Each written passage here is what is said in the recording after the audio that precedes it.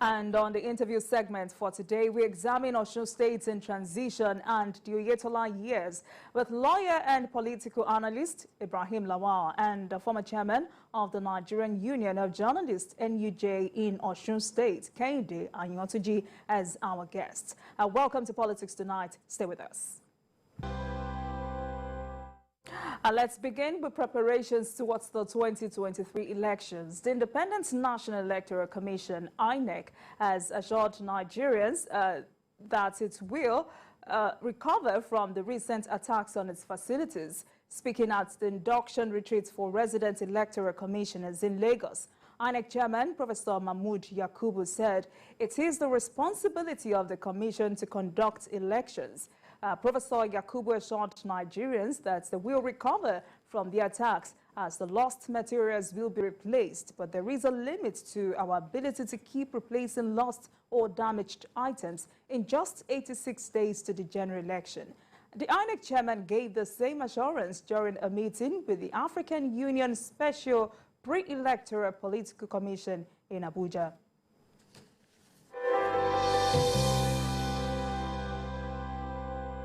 We can recover from all the losses, but it's a source of concern.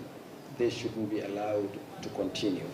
So we'll continue to engage with the security agencies to make sure that these offices, as well as personnel and our facilities, are protected ahead of the elections. It may be, we may express some concern about the attack on these facilities, but it will never deter the Commission from going ahead with the election as scheduled. So I want to reassure you that yes, we may suffer a little hitches here and there, but overall the Commission is required to proceed with the elections.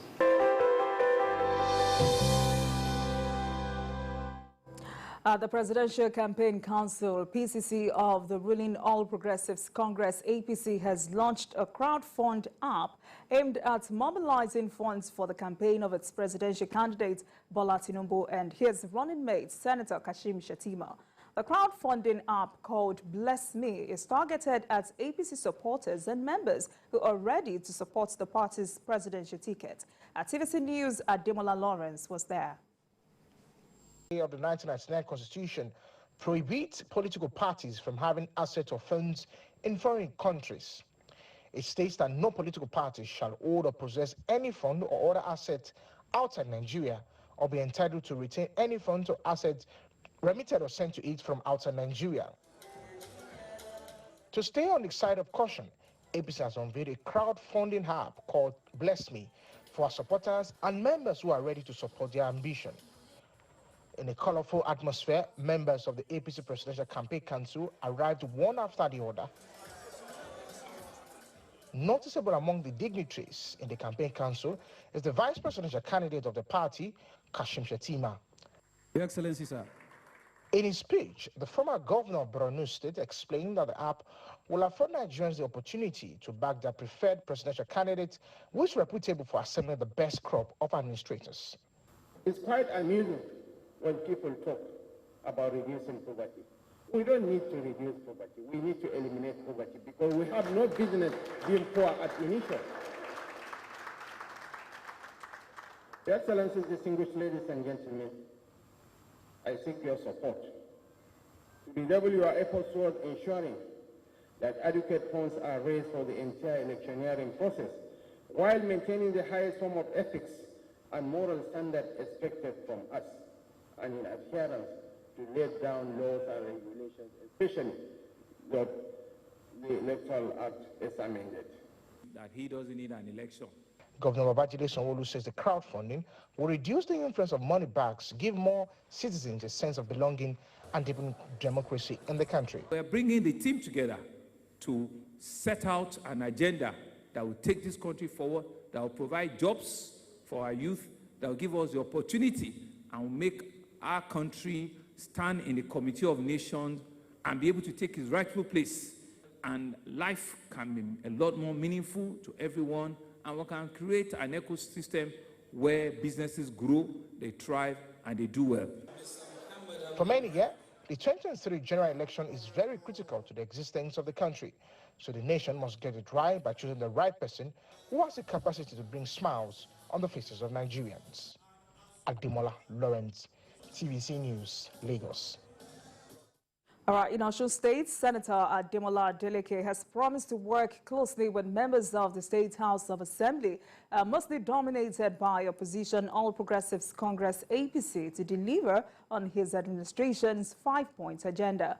Governor Adeleke gave this assurance at a meeting with the Speaker of the State Assembly, Timothy Owoye, in his country home, Ede.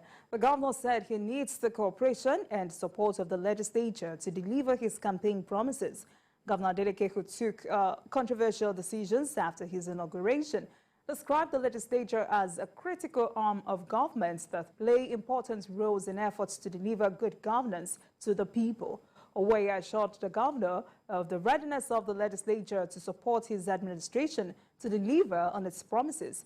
Adeleke of the People's Democratic Party was sworn in alongside his deputy, Kola Adewusi, on Sunday as the 6th executive governor of Osun State.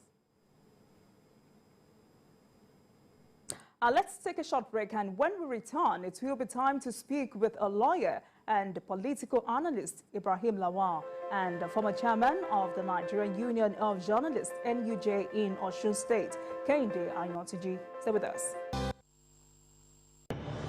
It's always a great morning on the TVC Breakfast Show. Thanks for joining us on TVC Breakfast. With the array of stories that matter and what's behind them. As you say, the first blow indicates the direction of government. Tell us what really is going on between your union and the federal government. Once it's generated, if you don't use it, it's waste. We are not even sure whether we have a strategy for security. Are you saying that there was nothing wrong in that? Was he the one driving the taxi? Answer the question. Refill your morning with all you need to know. Like the Yes, just mundane lyrics. Yes. How does that fit into your scheme of events or duties right now? No chief of staff, no general has the right to call a governor to order. The governor has been elected by his people. Start your day right, because this is the breakfast show that adds to your breakfast. TVC Breakfast, weekdays at 7 a.m. only on TVC News. Doubt and fear doesn't occur at the canvas, it shows in the canvas. It shows the conation of raw earthen material slabbed, stroked and molded at a pace provided by the doubt and fear. Every move weigh in the struggle of one to the other, merging the past to the present, brushstrokes of colors seen but not known. For when the wailing stops, the pieces settle down in abject beauty erected for a century of a century. Speaking, advocating, protesting as the arts are meant to be.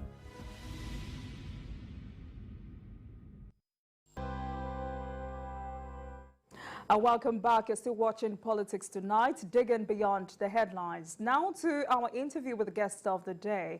I am now joined by a lawyer and political analyst, Ibrahim Lawal, and a former chairman of the Nigerian Union of Journalists, NUJ, in Osun State, Kehinde Ayotuji. Lawal is the head of chambers at Olujimi and Keredolu, who is an indigene of Ile-Ife, Osun State.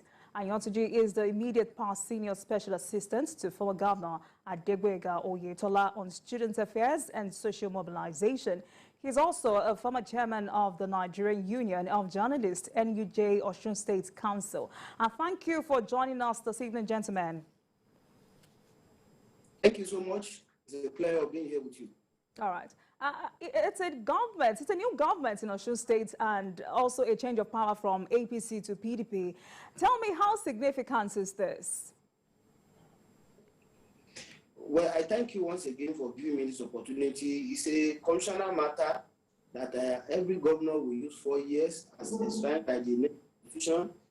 And we all know that there was an election in Osun where INEC declared the People's Democratic Party governorship candidate Ademola Adeleke. And by virtue of law, by virtue of our constitution, definitely it must be sworn in on 27th of November 2022, because our May swearing day has been ordered since 2010 the emergence of former Governor Rauf Aregbesola through the appellate court in Ibadan. So, well, we have a new government in town, and we are observing there have been dynamic, there have been issues, there have been front and back policy statements, executive order, declarations. So, but we are still watching as an opposition. We are still watching.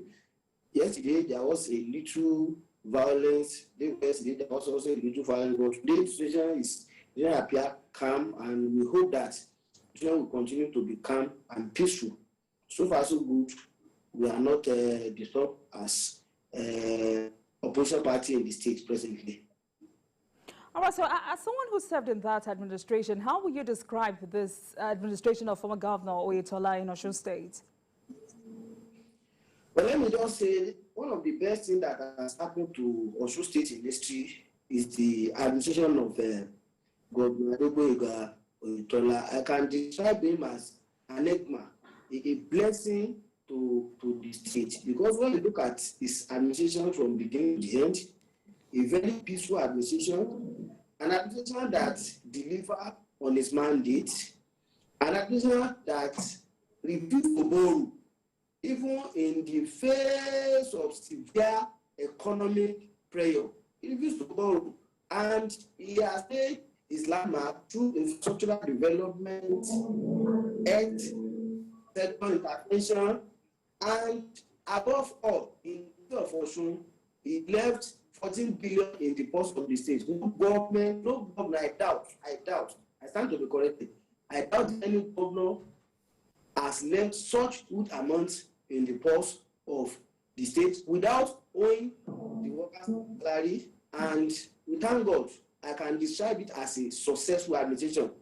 When you talk about security, infrastructure, communal peace, and development, Governor Oyetola has really made a mark in Osun, and he will continue to be remembered as an hero. Whatever happened in 2022, July 16 election is just by accident. So, but when we are talking about governance and performance, we can give him 90%. He is made as the governor of the state. All right, Mr. Lawal, former Governor Oyetola said his administration left 14 billion naira cash in the state coffers for this new administration. Now, in the face of dwindling revenue and indebtedness everywhere, how significant is this? Yeah, very significant. It shows that we have a governor that is prudent in the management of the state fund.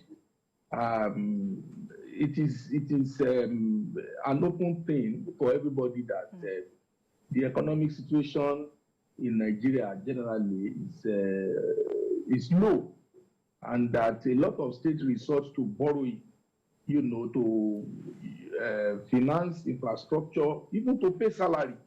A lot of states, obtain loans to pay salaries and emoluments. But when you now have a governor, despite the fact that he was seen doing, some infrastructural development, paying salary as and when due, and doing some other social interventions like the giving food to vulnerable citizens in the state every month, and pumping money to security to secure lives and properties of the citizenry, and yet still leave that humongous amount of money. It needs to be saluted, and it needs to be congratulated for making sure, despite the fact that all of us know the state of finance of Osun before he took over as governor, and for him to have even saved up to that level, I think kudos should be extended to him. We need to salute his wizardry for ensuring that he was able to save that kind of money. It is significant in so many respects.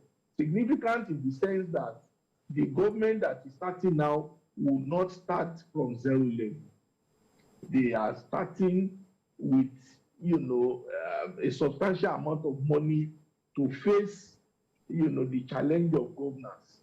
And I hope that they will also be able to build on what has been done by Governor Oyetola in ensuring that the state is financially helped, by the time they leave. That's our prayer. But it is very significant that Osun, a governor in Osun, can leave that humongous amount of money in the treasury. All right, so the former governor also said that his government successfully paid 97 billion naira out of the debt inherited from previous administration. How significant is this also? It's also significant. All of us were aware of the parlor state of our economy, in recent times, and the debts incurred by the state, despite the fact that at a point the state could not even, pay salaries of workers and stuff like that, including government functionaries. But for a governor who spent 4 years and had been able to pay back that kind of debt, I think Oyetola should be a study in financial management. People should do a study on it and ask him how he was able to, do it. I was also told that the IGR of Osun was increased from 10 billion to 20 billion before, he left office. So that financial wizardry is something that, researchers should do a study on and, clearly understand how he was able to do all this.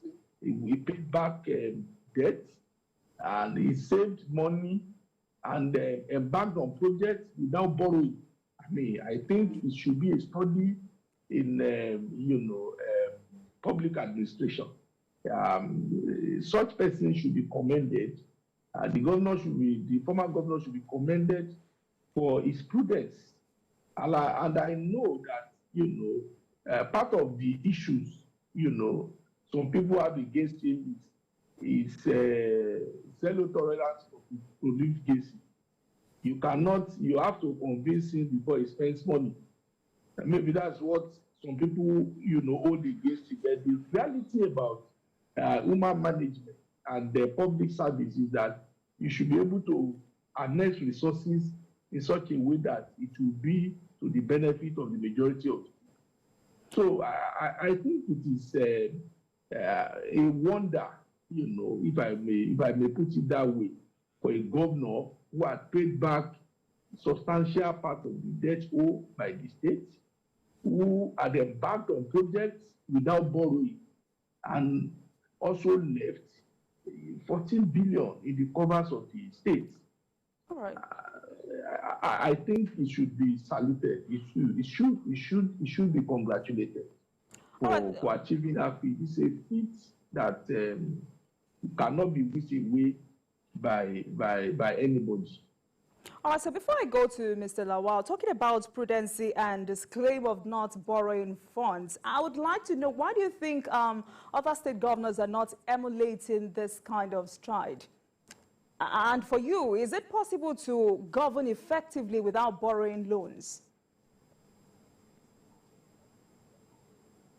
Well, the reality in Osun has shown that if you have a thinking, person in the ends of affairs, they know how to, navigate their ways. Don't forget that Governor Oyetola was a boardroom person. He was into, financial management before he came to the saddle. So, financial management is not new to him. What he did was just to, employ private, service initiative into public service to ensure that there should be accountability. If you work under the former Governor Oyetola and you want to get funds for whatever, you must be ready to do to account for every kobo that you have collected from the government. It is not a business as usual kind of government where people go and just take Ghana must go bags and carry money all around. So, prudent management of resources. And Governor Oyetola don't spend on frivolities. You will not see him spending money on things that will not bring greater benefits to the people of the state. And that is why, and it shows. And that's why I said it should be a study on public administration, public finance.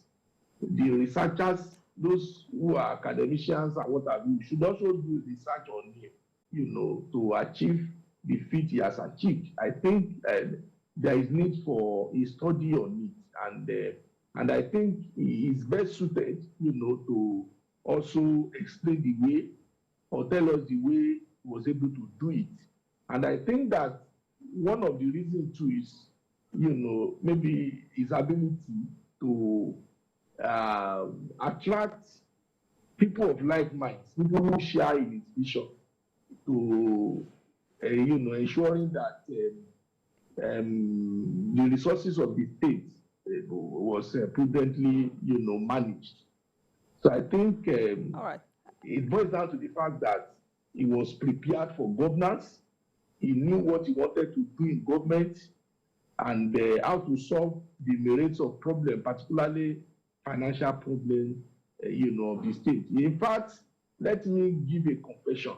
When he won in 2018, I was afraid for him because I thought, how do you navigate this kind of financial mess that is already on ground in the state?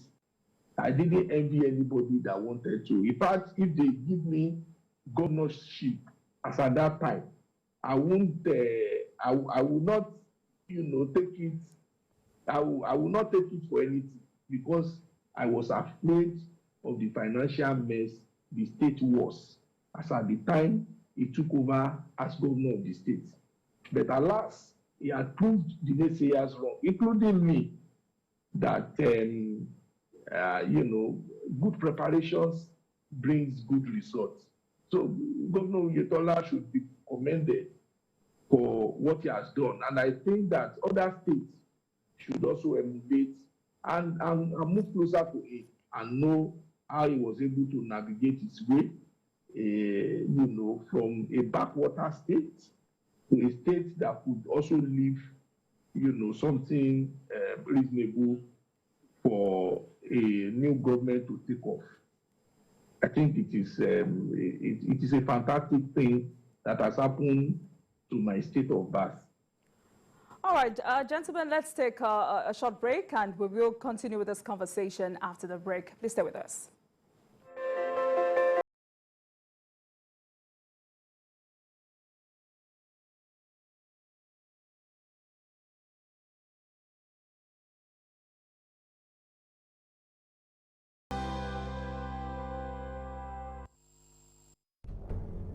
Every week, Green Angle, in partnership with Wild Aid, will bring you a documentary series on environmental issues affecting Nigeria's amazing biodiversity, from climate change, air pollution, and wildlife conservation.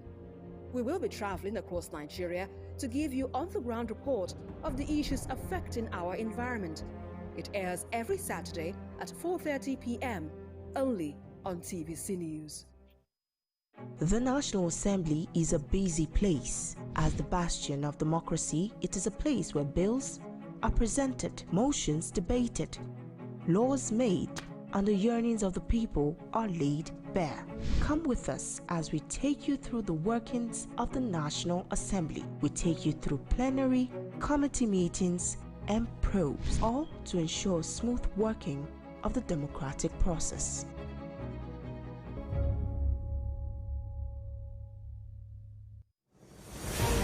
It's not your regular show.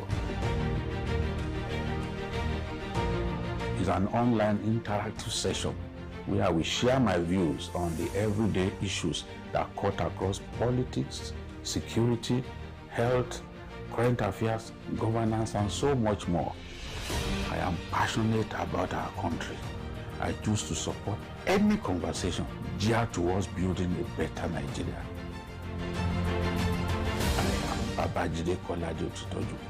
Join me every Saturday on TVC News YouTube channel as I discuss Nigeria and the world at large on the show Issues with Jide.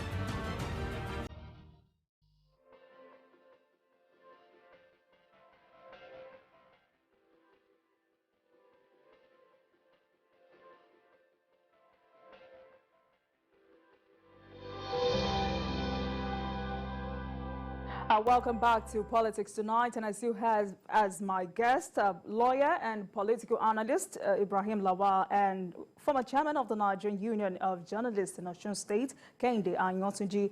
All right, Mr. Ayotunji, Governor Oyetola told the people of Osun State that he looks forward to continue to serve in no distant future. Do you consider him coming back to govern the state again?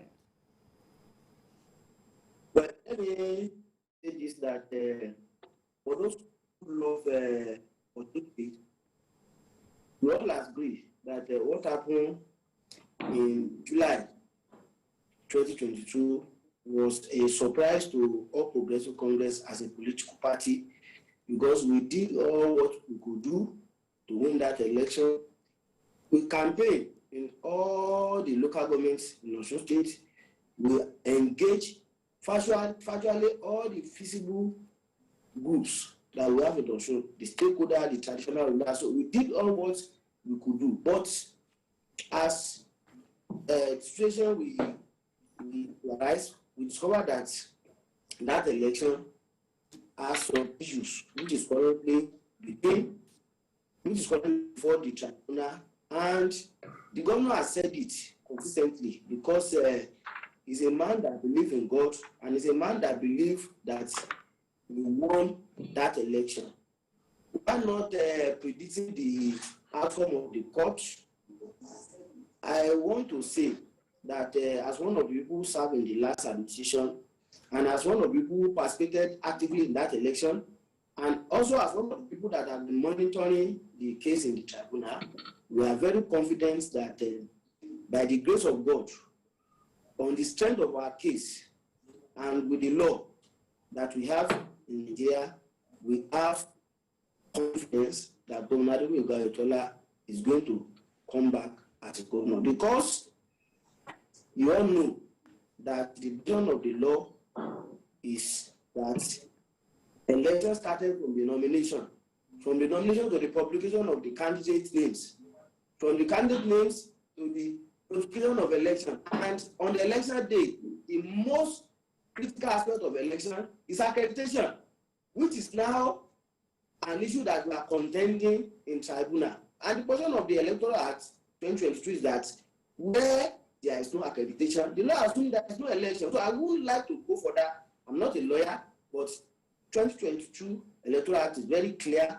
It's a very sound position on this. So our case is going to tribunal, and we have confidence with the support of the state that we lost hands, we didn't lose foot.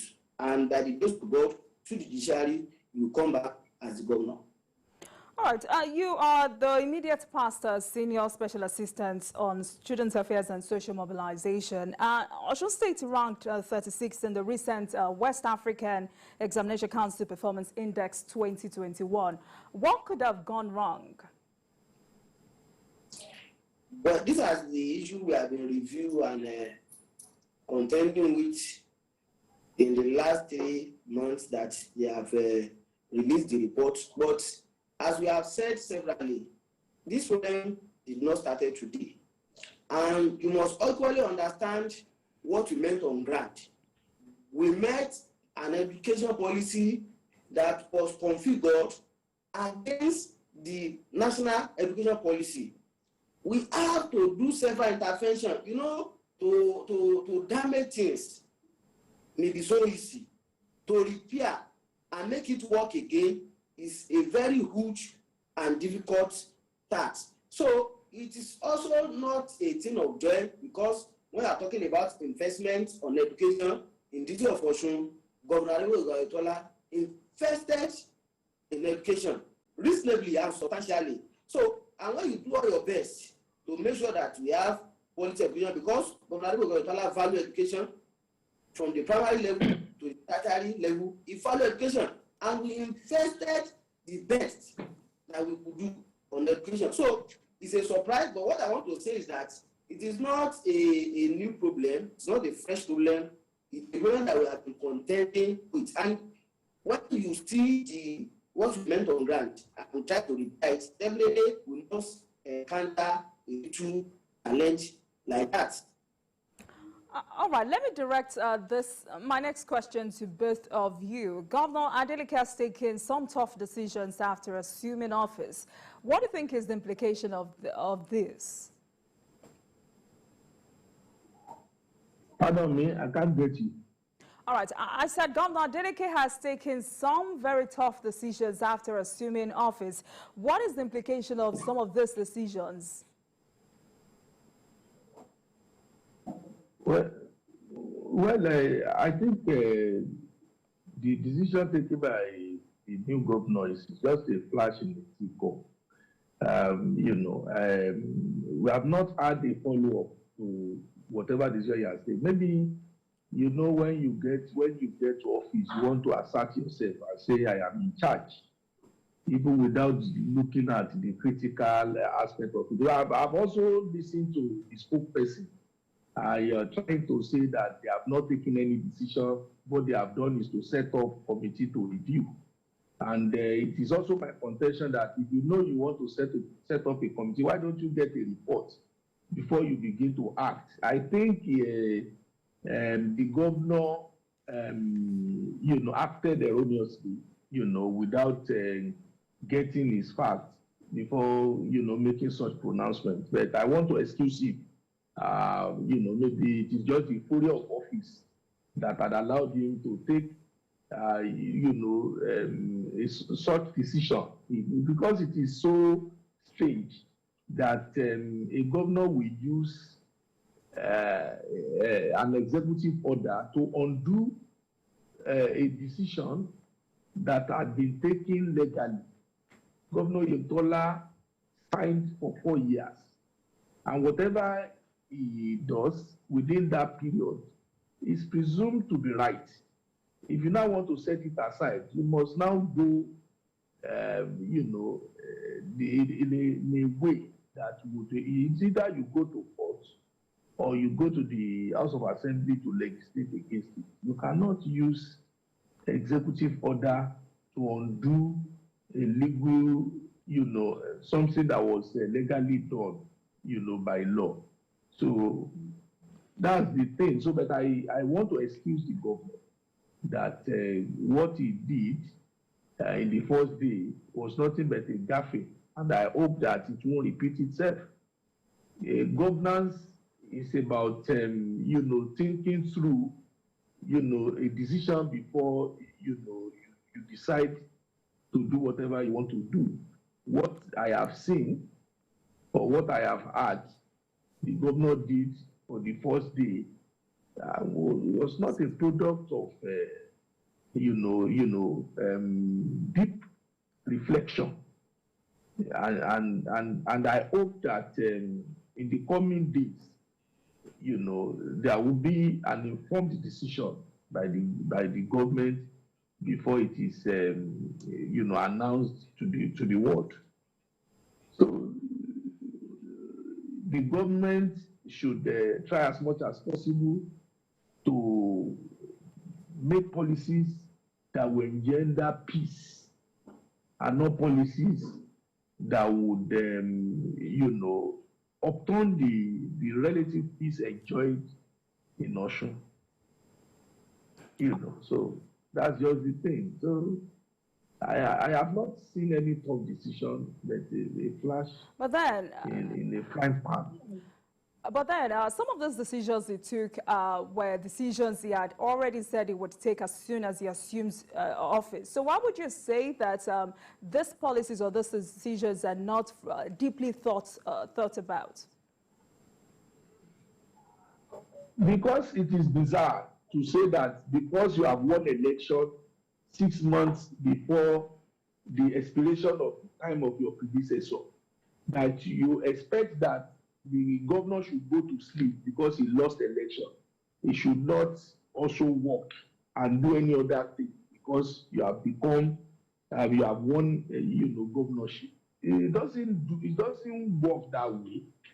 Somebody who was elected to serve for 4 years will work till the last day. That's my issue.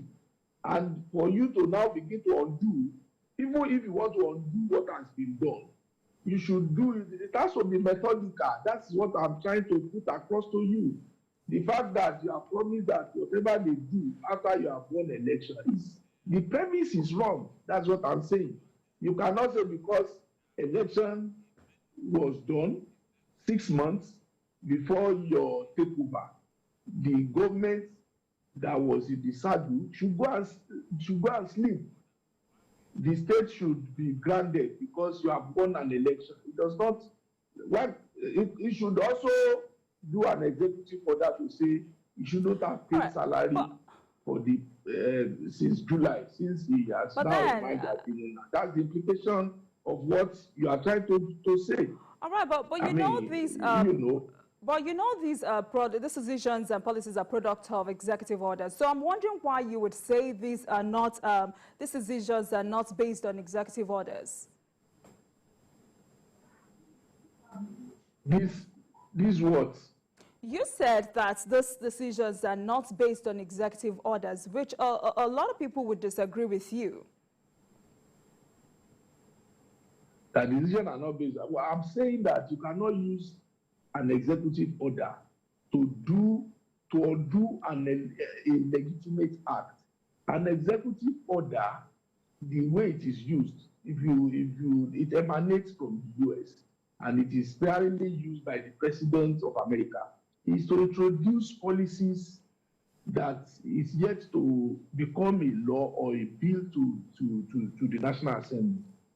It is a way of introducing a policy, or it is used during emergency period, like during COVID. Federal government also issued some executive orders because as at that time it is impracticable for the National Assembly to meet, and executive orders are time specific. It is not a law in itself, and it's also subject to review or setting aside. So it is not in every case you use executive order. And the way the governor started, he started as if there is no other institutions of government like judiciary and legislature. Those are dangers of such action, and that's why I said if an action is going to be taken, are you saying? You said, okay, let me give you an example. You said Obas, certain categories of Obas should vacate the palace. And you now say you set up a committee to review the appointment. When you had already given a sanction on it, you don't put the cart before the horse. That's our issue. That's my issue about the decision, about the executive order thing. All right, so are you insinuating that it doesn't matter? All right, so are you insinuating that executive orders can only be taken in emergency during emergency period? I just told you the reasons why the way and manner executive orders are used. If an action was taken legitimately and you want to set it aside, it is the court that can set such decisions aside. The act of a government body can only be reviewed or set aside by the courts.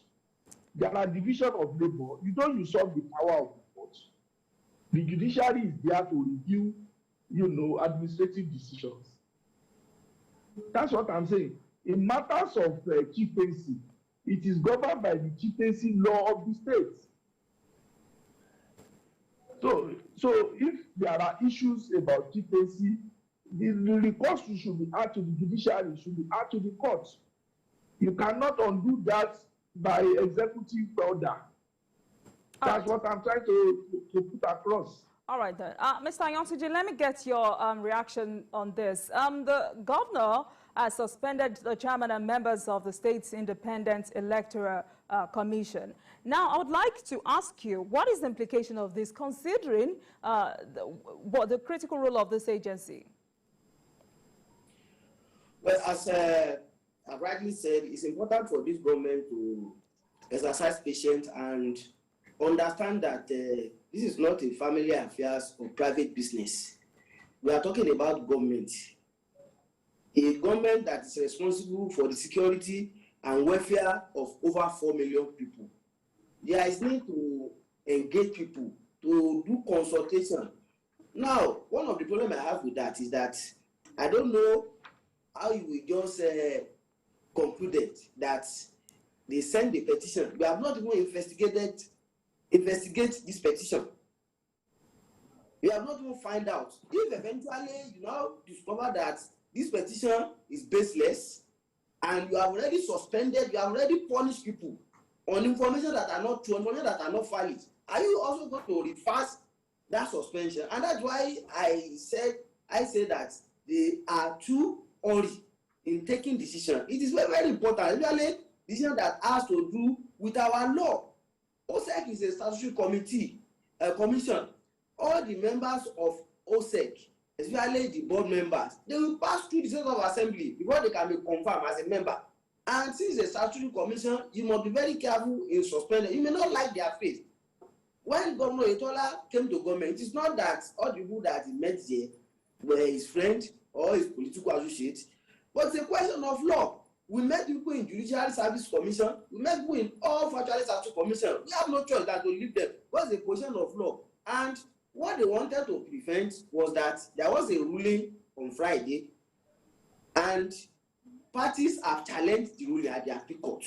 So they want to withdraw the participation of OSEC in that appeal. And that is the reason why they suspended all the OSEC commissioner, that if you don't have a political head or institutional head, you cannot challenge a process. Why are they afraid? And this also look autocratic. Let me emphasize this. It's very, very important. We're in a democracy, and the essence of democracy is to subject ourselves to the rule of law. So, to me, what the present administration has done, I don't see any law that backs such decision, and it's quite unfortunate. All of us, whether PDP or APC, Nigerian and Osun State must be paramount to us. We must govern in a way that we earn the respect of people and that we encourage peace. If Governor Oyetola has conducted himself in this manner, he will not be celebrated today. If he has been a man or a governor of executive order, he will not be celebrated today. The only executive order that Governor Oyetola was during the COVID, and also was one of the states that took proactive action to make sure that we protected our people during the pandemic. So what I'm saying in essence is that they are so in hurry to take this, and the implication is about the image of the government, because it is going to be a bad moment for any government to be retrobating and attributing, to be moving forward and back on every decision. In the last 72 hours, there was another, they begin to misinterpret the other, they interpret this. So you can't be going front and back. As a government declaration is government declaration. Government decision is government decision. So that's why I'm urging them to exercise patience, to study files, to study record. Like the issue of Oba that they are talking about. You came as a governor. You didn't consult the local government that conducted the election of Obas. You didn't consult the Ministry of Justice and the Attorney General to advise you on the procedure. If eventually they now told you that all those procedures follow the chief law and they have complied with all the existing law, what will you do? So it is not a good beginning for the present administration, and I'm urging them to place the business of the state above personal interest and political victimization. All right, so it's a saying that there is no smoke without fire. So looking at it, could the appointment of these Obas, could it have been flawed for Governor Adeleke to have reversed these appointments? Well, let me say this. You can only begin to rule the day the law empower you. The law empower Governor Oyetola to preside over the state since November 2018 and November 27, 2022. And within this period, is under oath of allegiance to preside over the state and to exercise the power vested in him. So therefore, they are just too assuming. And when you look at most of the things they are doing now, is to validate some of their previous assumptions. Because before they got to power, there were several allegations against us as a government. In fact, at a period, they said we are awarding contracts in a manner that want to create problem for the incoming administration. And they also said that we have even looted all the government properties in government house. So they were even criticizing our approval of Oba. When you have, like in a bad journal, all the kingmakers, in fact, the government even have time frame to do that. You cannot even hold Obashi process perpetually. You can't. There is a time frame. And when they elected the Oba, are you not saying the governor should not approve it for them? Or the state executive council should not approve it for them? No. If you have a candidate, subject them to the process. It's a matter of the process. In the case of Ile, where I came from, as at Monday, there was a case in court. And the governor issued an executive order on Sunday. If the court says something otherwise on Monday, what the governor will do? Are you saying the governor will not obey the order of the court? And that's why it is very, very important to exercise patience and consult those who are involved in some of this process. Because it will be contradictory at the end of the day when you discover that all this process are in substantial compliance with the law. So somebody will not be proud about that decision. One of the worst things to be in life as a man is to take a decision and you are now reversing it, particularly as a governor. So it is important. I'm advising the new government to take their time, study the files, study policies, review issues, consult stakeholders so that they can take informed decisions in the best interest of people. All right, Mr. Lawal, let me take you back on the suspension of the chairman on members of the State Independent Electoral Commission. As a lawyer, what is the position of the law on this, considering that OSEC is a commission? Well, it sounds bizarre when you say you have an independent electoral commission and the governor is suspending that commission. The commission is a statutory body, and the appointments pass through the National Assembly. If you want to exercise any disciplinary measure against any of them, the House of Assembly must also be informed. You cannot just take, remove or suspend a statutory body or put them at your whims and caprices. And that is why we are advising the government, to do an introspection. They should calm down and look at issues before they take decisions. Most of the time, what we have seen, a